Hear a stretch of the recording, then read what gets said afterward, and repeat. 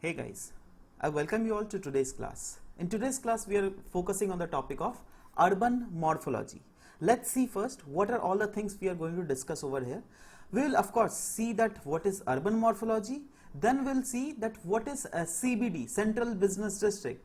Then again, we'll see the internal structure of Central Business District, internal structure of residential area, secondary shopping center, hypermarket. So these are various concepts which are very much important in whenever we are, overall reading this topic. So overall, this topic will be covered very much holistically here, right? We'll see the industries in the city. Then we'll focus upon the theories of urban structure. These are again very much important. Already the questions have been directly asked from these theories, and of course that how the cities have evolved in various nations worldwide, right? And of course we'll see the example of India as well. So let's start.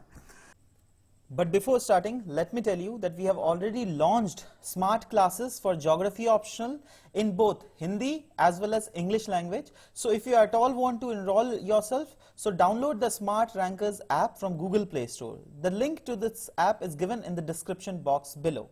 First, urban morphology. What do you mean by urban morphology? See, urban morphology is basically, it is a study where, different urban arrangement is studied basically. Take the example of any city, right? We get to see that what kind of arrangement is being kept on the various parts of the city, like where is the central business district, where is residential area, where is, official area. So those all the settlements, how the human have settled in this kind of region, how the city have overall formed, how the city have transformed over a particular period of time, that is all we are going to discuss under this urban morphology.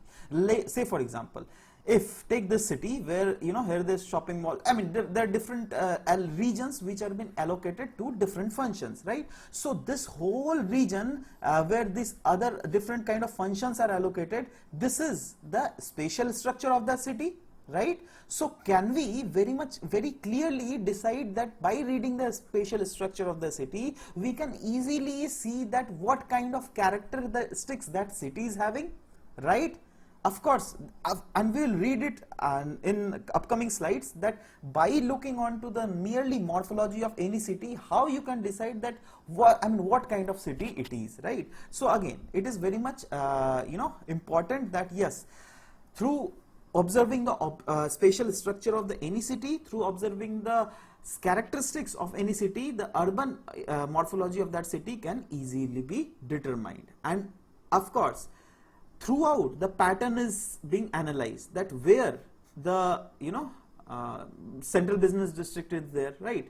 Where is the official region, where is the residential region. So all those things are basically judged, and those pattern is very much analyzed, right? And it is also analyzed that whatever the pattern is being existing in any sort of cities, right? So what is the process that has resulted in formation of this kind of pattern, right? Means, can we say here that whenever we are reading the urban morphology of any region, we get to study the ongoing process of that region, right? Not only this, that how those kind of process have developed over certain period of time, and how this has resulted in the present day city, right? Not only this, take the example of Delhi, right? Delhi 200 years before was not same as Delhi which it is now, right? Probably after 200 years, this urban morphology of Delhi will see a drastic change, right?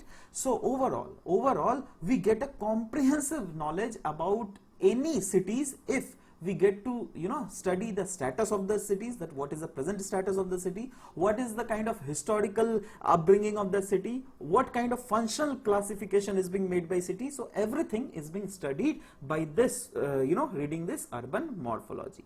Now whenever we have talked about that, yes, whenever we are finding the urban morphology of the city, we are reading the internal structure of the city, right? Now the question arises, how this internal structure is being analyzed. See, internal structure of any city, of any town, is analyzed by observing the component parts, right? And of course these are analyzed by analyzing the mapping and the description of the pattern whatever is there for the internal land use pattern or the internal structure pattern I'm talking about. Then easily the any internal structure of any towns or any cities can easily be classified, right? And for demarcating the urban structure, few models are also there, and those models are partial model and comprehensive model. What is partial model? See, partial model is basically concerned with the location of only one set of activities. Like this is a town area or this is a city area. If you are taking only education as a function, then according to that education as a function, you are deciding the internal structure of that cities. Means you are giving the major dominant to be the education, right? That since here the educational institute is set up, then according to the educational institute, how the residential area has been distributed, how the official area has been distributed, how different other areas has been distributed in this region, right? So that is a model of partial model. And now comes the comprehensive model, and comprehensive model deals with all the activities in the urban areas and their interrelationship. See, in comprehensive model, basically all, as I've said you, that in partial model we get to study only one set of activities, like study as a function we are taking, right? But in comprehensive model, not only study as a function, rather tourism as a function, administration as a function, right, healthcare as a function, everything is studied, and on that on study of every aspects, a model is being made, and that model is called comprehensive model. Question also arises that structure of cities. Regarding the structure of cities, how can it be easily determined? See, basically the structure of city is directly based on the fact that how the different kind of activities are located in any part of region, right? Like how the what is the location of the hospital on that region, what is the location of industries on the region. If there is industry, then there might be different kind of industry. What is the location of A industry, where is the location of B industry, where is the location of C industries, like, so everything is discussed. Not only this, school, parks, everything, right? So everything is basically analyzed whenever we are deciding the structure of city, right? And remember, while deciding the structure of city, two factors are dominant factor in deciding it. First one is social factor, second one is economic factor. Social factor don't have that much influence, but yes, economic factor has a huge influence. How? Of course, we'll discuss after 2 to 3 slides, don't worry about it. But let's see that how the social factors and economic functions are the deciding factor of the structure of any city. See, social factor, by here I mean the lifestyle of the people living in those regions, the what kind of parks are there, where is the entertainment facilities. So these are all the social factors, right? So social factor is, with the help of social factors, this social function is clearly determined, and with the help of economic factors, this economic functions is determined. And what are those economic functions in any city or in any region? The kind of, what kind of industries that a city is having, what kinds of educational facilities that region is giving, like whether that region is giving only the primary education, which is being found everywhere in the society, or higher education also, because see, higher education is not found in all the societies, right? So again, these are kind of economic functions of the region. What kind of hospital facilities are there, either whether there is primary healthcare center or secondary healthcare center or tertiary healthcare center, right? So on the basis of these basically social factors, social functions is being determined, social function is determined, and on the basis of these economic factors, these economic functions are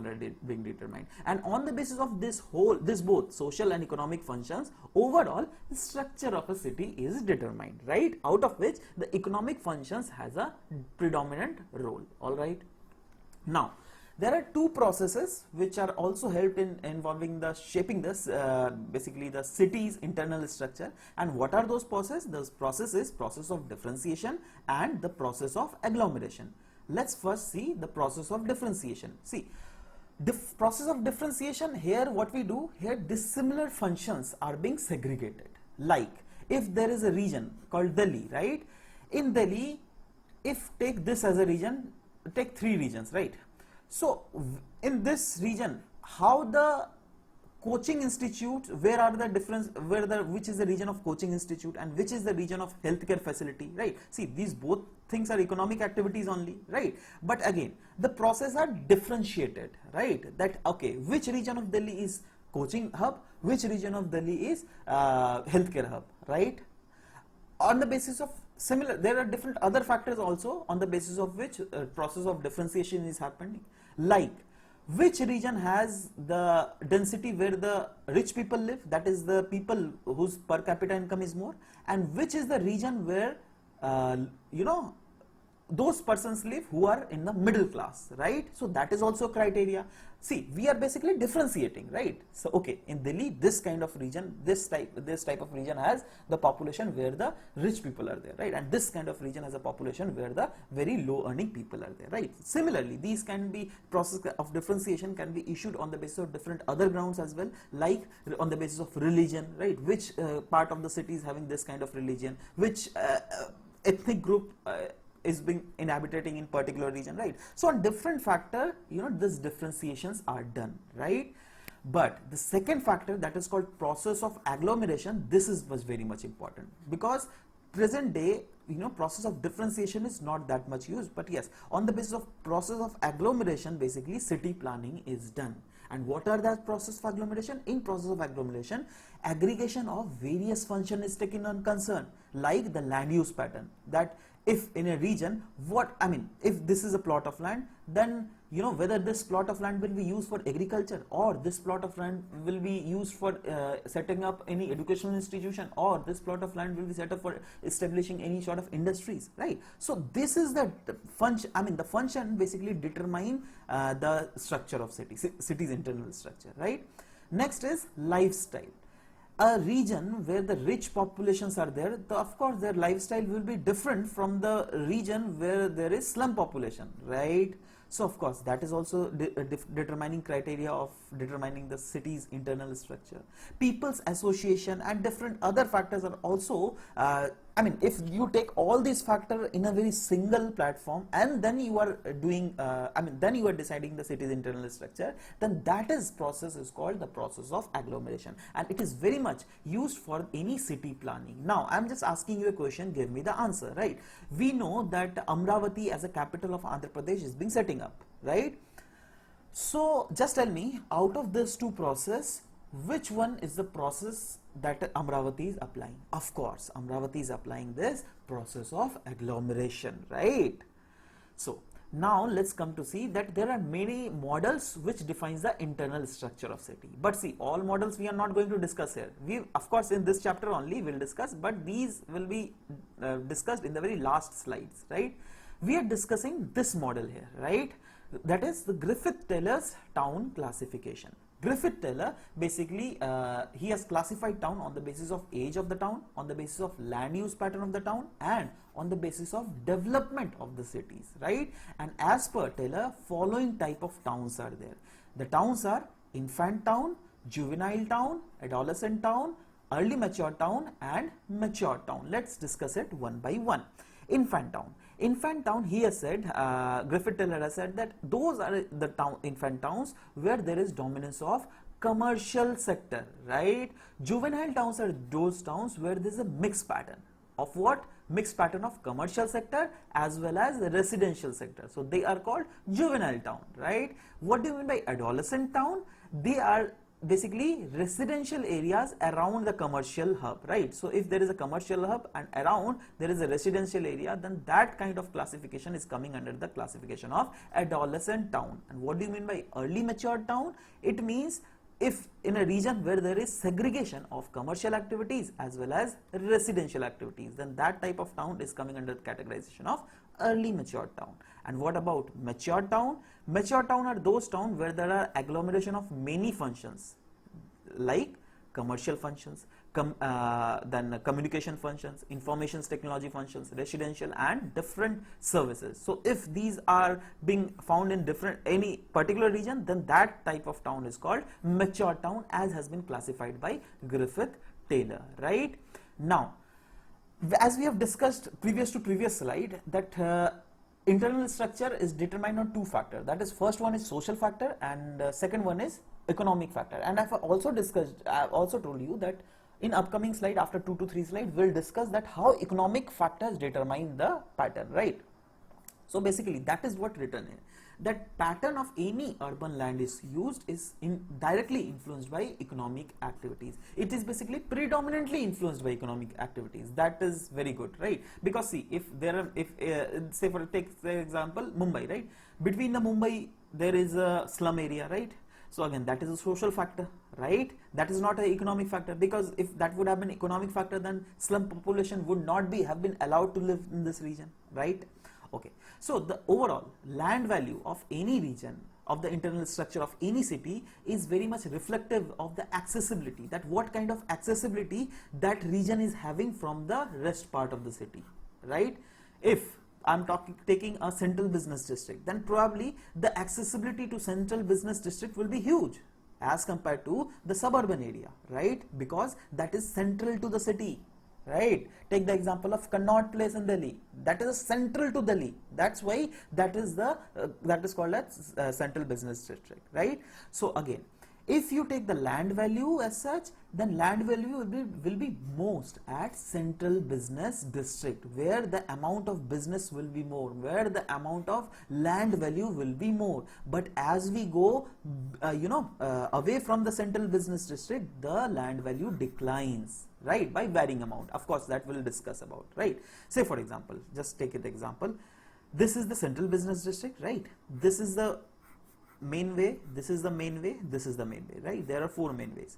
Then along these ways, probably the value of land will be more. Along this way, probably the value of land will be more. But if you take a plot in this region, probably the land value will be less, right? So again, that's what is being written here, that it declines away from the city center by varying amount, and that too depends on different factors, right? Say for example, if there is secondary peak, right? Secondary peak, by here I mean that there is a setup of huge hospital, and opposite to it they have set up a huge educational institute, engineering college, right? So of course automatically this region, value of this region will automatically shoot up, right? Why? Because these secondary peaks are clearly observed in this region, right? Not only this, if say for just extend this road, right, and take example that here also there is cross section of 4 road, right, and probably they have set up 2 malls over here, right, and 2 good very branded restaurants over here, so that these people can be accessed. So automatically this land value will automatically get increased around this region.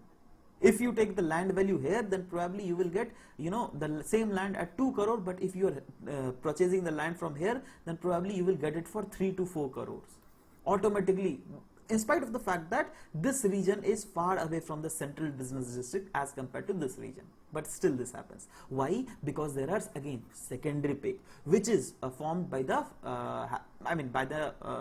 traffic intersection in this region, and by the setting up of big malls, right? So these kind of factor influences the land value pattern as we go away from the central business district, like as we have already taken the example of shopping center, and of course wherever if there is shopping center set up, then of course the population density around the shopping center will automatically increase, right? Now let's judge on to this whole picture, right? This is a very important figure, I would say. Just try to see it very calmly, right? I'll tell you why. See, this is central business district, all right, where there is accumulation of retail slop, right? This is a region where there is official setup, right? And this is the region where there is residential region. Now just see the graph, right? This is the graph of y-axis, and y-axis determine the price rent of that region, right? And this region, as we go away from the center, then this determine the distance away from this region, right? Now what happens is, can you see here that this region I'm talking about, right? This region and this region is absolutely same, right? Means this region is this region I'm talking about, right? And this region is this region I'm talking about. Is it clear to you? Now I'm just removing it, right? Okay. Now see, take for example, this is point 1, this is point 2, this is point 3, this is point 4, then 5, 6, 7, 8, 9, 10, 11, 12, 13, right? Okay. Now see, if you are purchasing a land over here, then probably it might cost you 13 crore rupees, right? 13 crore. And at the same time, if you are purchasing the land here, then it might cost you just 6 crore. Just see the difference. You are just moving, take for example, a certain distance, right? On moving a certain distance, this much land difference is happening. But at the same time, right? Take this point in official area, right? This point I'm talking about. And at the same time, take this point here, right? So if you are moving from here to here, right? The difference in amount will be from 6 crore to 3 crores, right? 6 crore to 3 crores.